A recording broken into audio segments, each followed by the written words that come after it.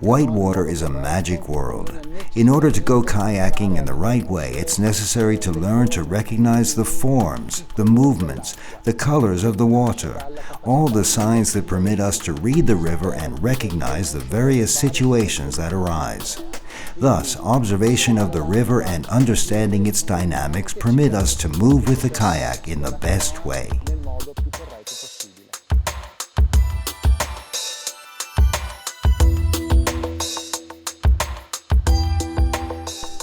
The four cardinal points of the river are upstream, downstream, right bank, and left bank.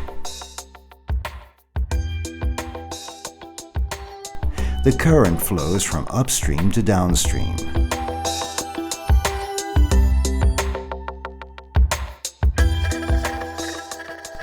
The eddies that are always present behind an obstacle or a bend in the river are not dead zones of still water, but real areas of reverse current, i.e., zones in which the water runs up from downstream.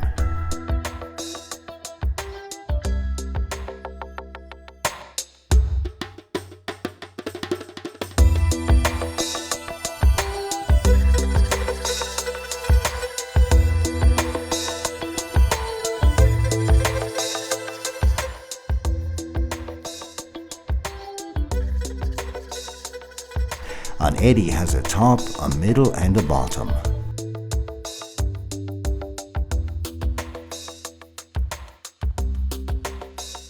The eddy line is the area in which the river current meets the eddy current.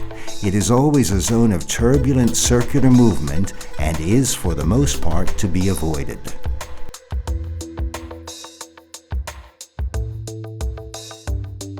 Waves are created by obstacles present on the river bottom. A wave presents a low part, the trough, the highest part, the crest, a face and a back. When the water of the wave turns back on itself, we speak of a breaking wave. When the movement of the water in reverse current becomes accentuated, we speak of a hole or stopper.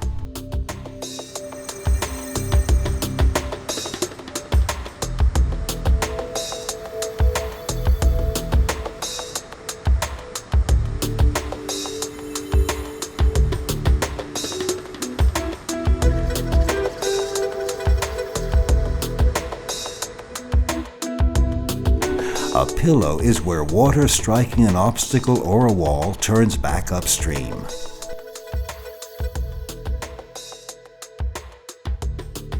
Often at the beginning of a rapid, there is a zone of smooth water in the shape of an arrowhead pointing downstream. This is called the tongue of the current. Water meeting an obstacle forms two lateral currents.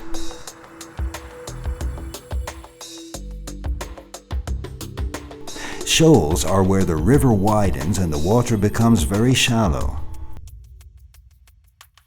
The meeting of two rivers is called a confluence. A rock is described as a pillow rock when the water passes over it. A chute is when the river is restricted into a funnel-like situation. A technical rapid is one presenting many obstacles.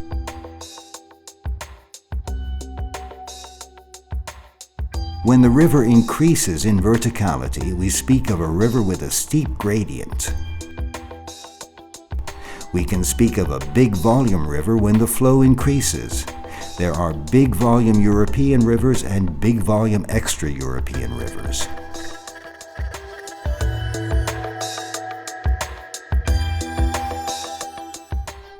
When there is a rise in the river, we speak of a small drop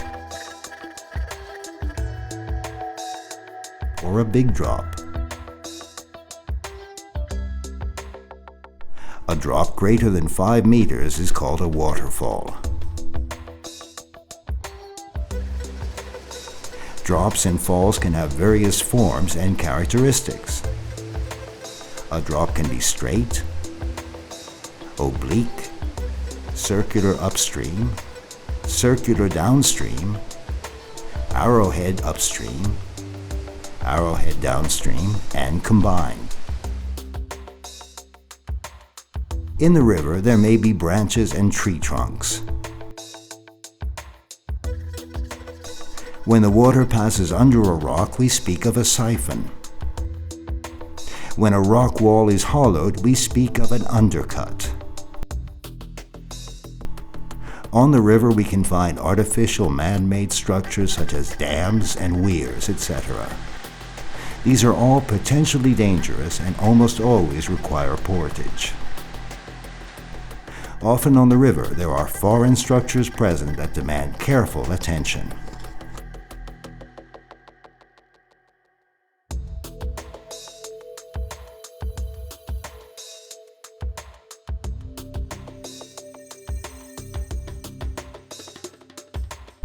The official classification of difficulty runs from Class 1, easiest, to Class 6 rivers. It is well known, however, that rivers presenting passages of greater than Class 6 difficulty are being ever more frequently attempted, although there is as yet no international consensus regarding an expansion of the scale. This is why I've limited myself to only speaking about situations up to Class 6.